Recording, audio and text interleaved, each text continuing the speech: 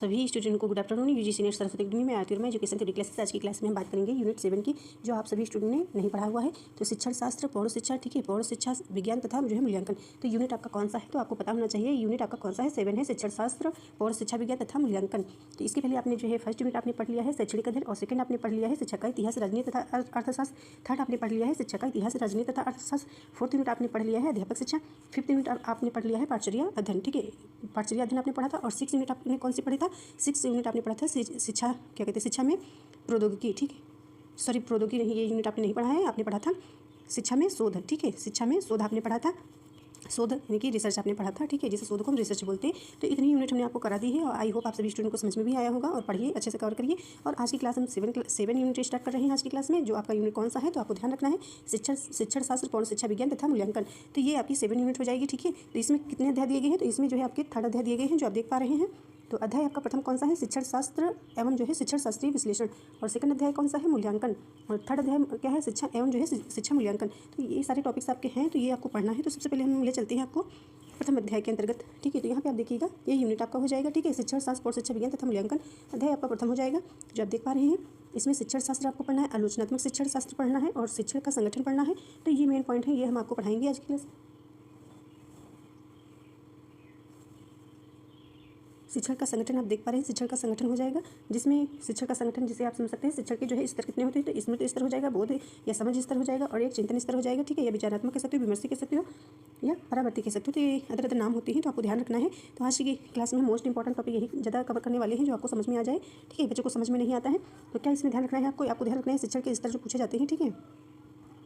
शिक्षण के स्तर, तो ये 3 प्रकार के स्तर होते हैं, जो आप देख पा रहे हैं। एक आपका समझ स्तर हो गया, सॉरी स्मृति स्तर हो गया, जो हर्बर्ट मॉडल जिसे हम बोलते हैं, हर्बर्ट के द्वारा दिया गया है। बोध सेकंड हो जाएगा, या आप समझ स्तर कह सकते हो, मॉरिसन अध्यापक मॉडल कह सकते हो, ठीक है। और एक चिंतन स्तर, ये थर्ड स्तर आपका हो जाएगा शिक्षण का, जिसे चिंतन आपका हो, या रिफ्लेक्टिव कह सकते हो, या विचारात्मक कह सकते हो, विमर्शी कह सकते हो, परावर्ती कह सकते हो, जिसे हंट ने दिया था, ठीक है, या हंट अध्यापक मॉडल भी कह सकते हो, ठीक है। इस प्रकार से इनकी पंचपदीय प्रणाली जो है दी गई है, वो आपको ध्यान रखना है, पढ़ाएंगे समझ में आएगा। तो बात करेंगे, थोड़ा फास्ट में ही बात करेंगे, ठीक है। तो यहाँ पे आपको ध्यान क्या देना है, एजुकेशन क्या होता है सबसे पहले आप जान लीजिए। एजुकेशन यानी शिक्षा। तो शिक्षा एक व्यापक शब्द है जो ज्ञान, कौशल और मूल्यों के संचरण को संदर्भित करता है। यह एक प्रक्रिया है जो व्यक्तियों को बेहतर बनाने में मदद करती है। शिक्षा औपचारिक और अनौपचारिक दोनों प्रकार की हो सकती है, जैसे कि स्कूल, कॉलेज, विश्वविद्यालय या जीवन के अनुभव। इसके बाद आपको देखना है शिक्षण क्या होता है, टीचिंग क्या होता है। तो ये पॉइंट्स आपको ध्यान रखना है। शिक्षण एक शिक्षक द्वारा दी जाने वाली क्रिया होती है, यानी कि शिक्षण जो शब्द होता है, ठीक है, ये एक शिक्षक के द्वारा दी जाने वाली प्रक्रिया होता है। इसमें आप इस प्रकार से कह सकते हो, एक अनुभवी व्यक्ति जो होता है, ठीक है, अनुभवी जो व्यक्ति होता है वो कम अनुभवी व्यक्ति को जो है शिक्षा देता है।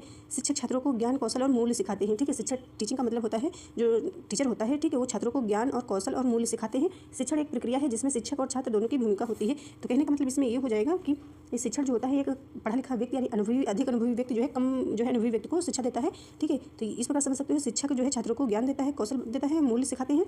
और शिक्षण प्रक्रिया होती है, यानी एक प्रकार से प्रक्रिया है, ठीक है, जो शिक्षक और छात्र दोनों इसमें भूमिका निभाते हैं। और शिक्षण शास्त्र क्या होता है? शिक्षा शास्त्र क्या होता है? ये पेडागोजी जिसे हम बोलते हैं, ठीक है, ये बच्चों को दी जाती है, छोटे बच्चों को, ठीक है। तो यहाँ पे आपको क्या ध्यान रखना है। और एक शब्द होता है एंड्रोगोजी, ठीक है, एक होता है एंड्रोगोजी जो वयस्क शिक्षा होती है, जिसे हम बोलते हैं, कोई एंड्रोगोजी बोलता है, कोई एंड्रोगोगी बोलता है, ठीक है। तो ये वयस्क शिक्षा होती है जो वयस्कों को शिक्षा दी जाती है, ये आप ध्यान रखिएगा, ठीक है।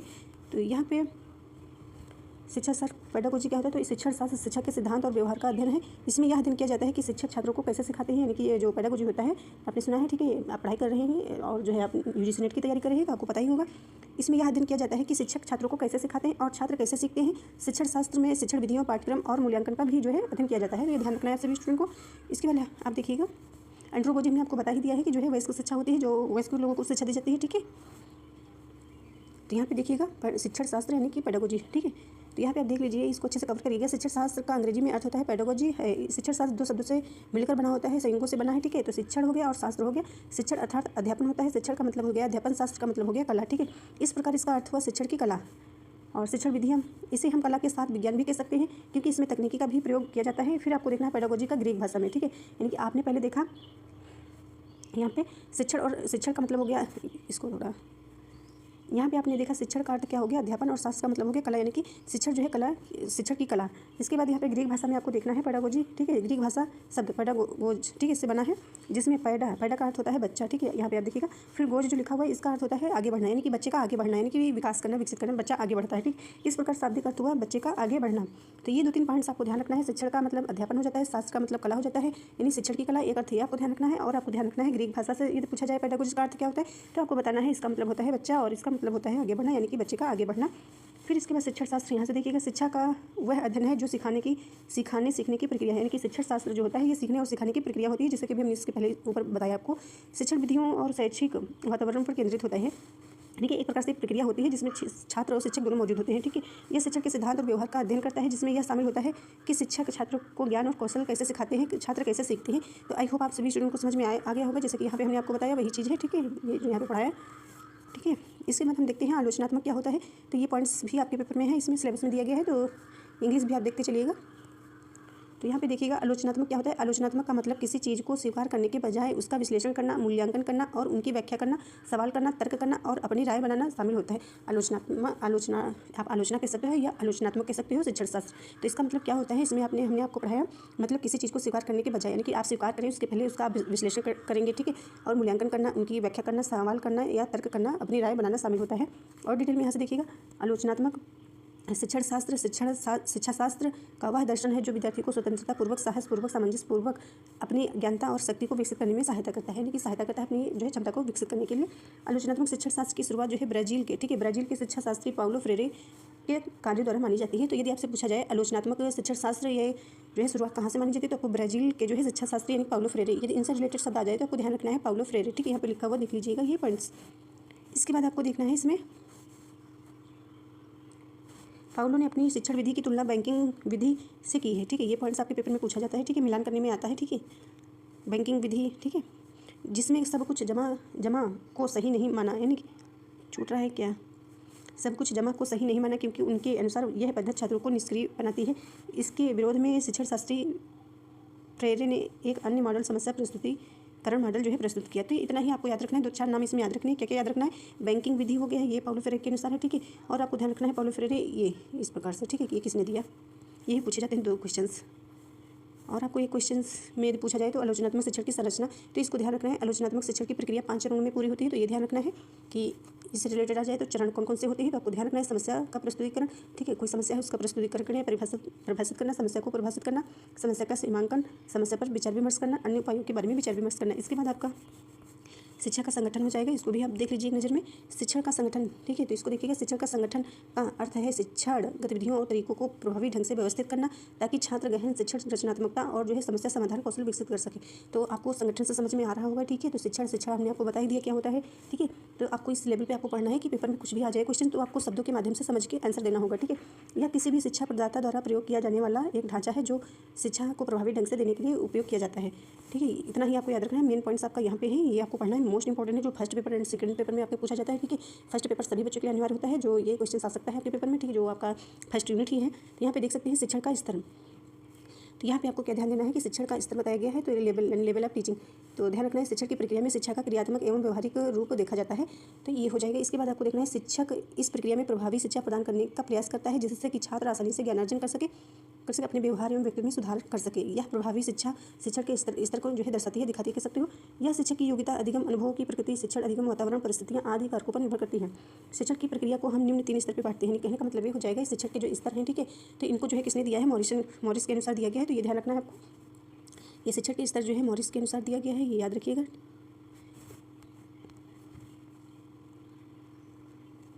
मॉरिस के अनुसार, ठीक है।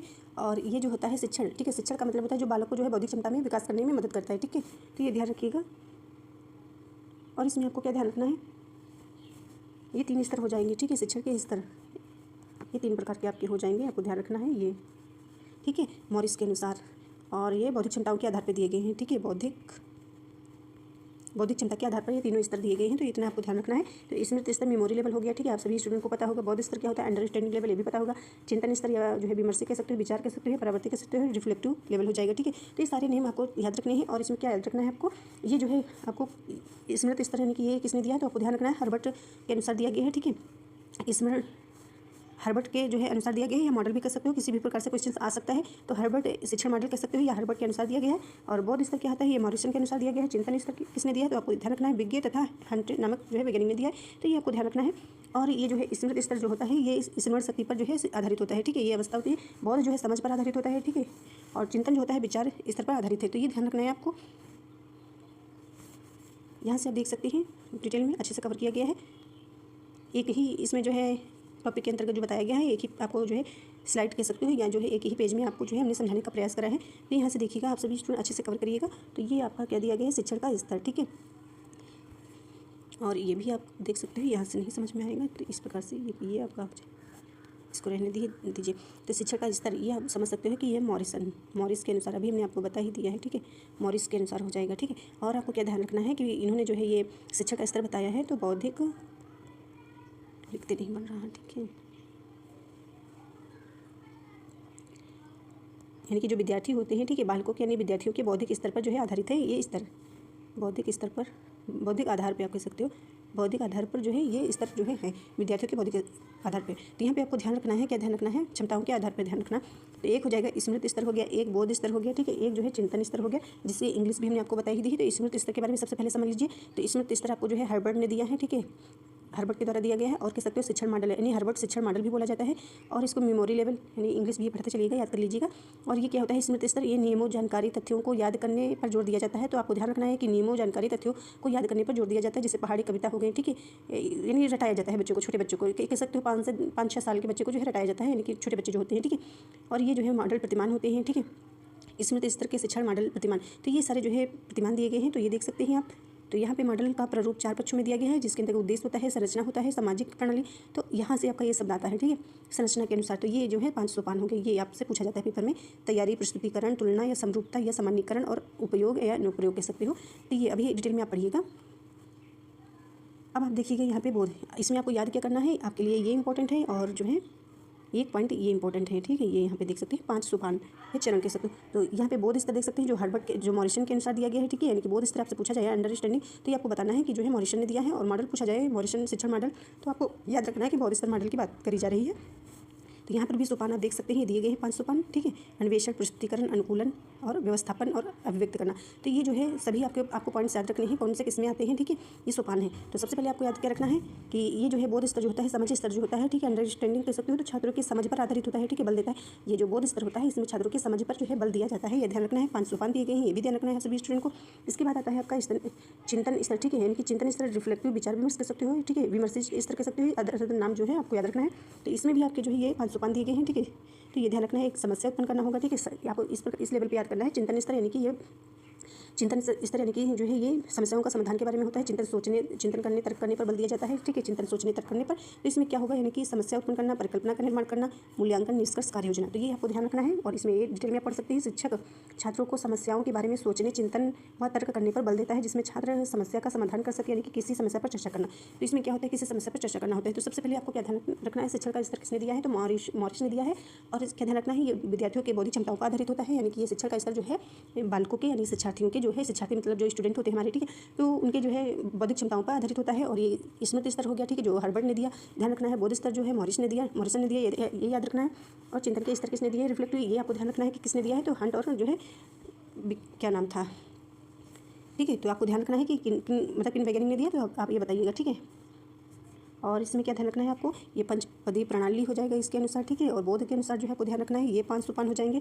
और हंट के अनुसार 5 सोपान। तो ये सारे आपको ध्यान रखने हैं, सभी स्टूडेंट को सीक्वेंस में लगाने को ये आते हैं, ठीक है, पूछा जाता है कौन किसके अंतर्गत आएगा।